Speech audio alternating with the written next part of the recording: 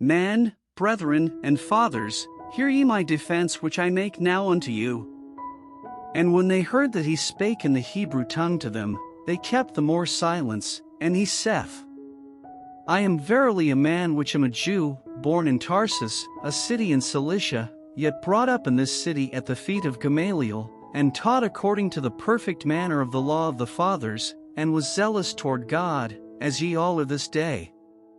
And I persecuted this way unto the death, binding and delivering into prisons both men and women.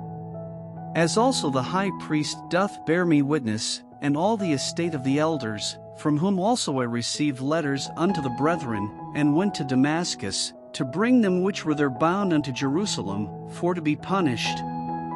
And it came to pass, that, as I made my journey, and was come nigh unto Damascus about noon, suddenly there shone from heaven a great light round about me.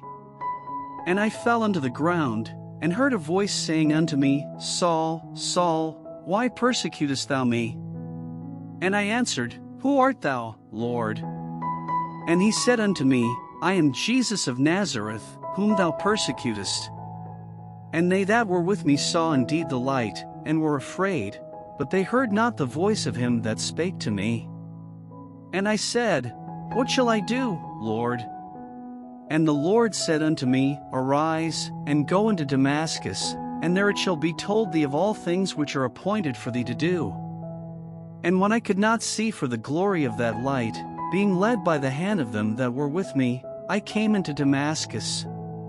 And one Ananias, a devout man according to the law, having a good report of all the Jews which dwelt there, came unto me, and stood, and said unto me, Brother Saul, receive thy sight.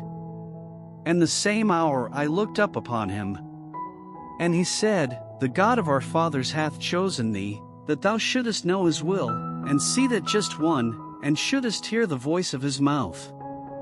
For thou shalt be his witness unto all men of what thou hast seen and heard. And now why tarriest thou? Arise, and be baptized, and wash away thy sins, calling on the name of the Lord.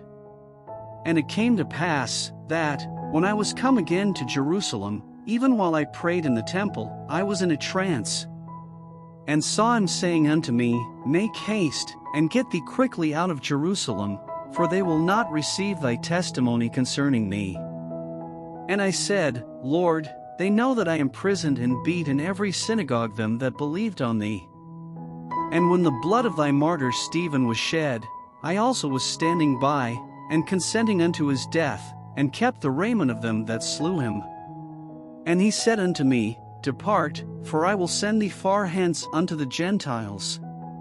And they gave him audience unto this word, and then lifted up their voices, and said, Away with such a fellow from the earth, for it is not fit that he should live. And as they cried out, and cast off their clothes, and threw dust into the air, the chief captain commanded him to be brought into the castle, and bade that he should be examined by scourging, that he might know wherefore they cried so against him. And as they bound him with thongs, Paul said unto the centurion that stood by, Is it lawful for you to scourge a man that is a Roman, and uncondemned? When the centurion heard that, he went and told the chief captain, saying, Take heed what thou doest, for this man is a Roman.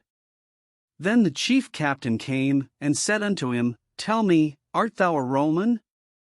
He said, Yea. And the chief captain answered, With a great sum obtained I this freedom. And Paul said, But I was free-born. Then straightway they departed from him which should have examined him, and the chief captain also was afraid, after he knew that he was a Roman, and because he had bound him.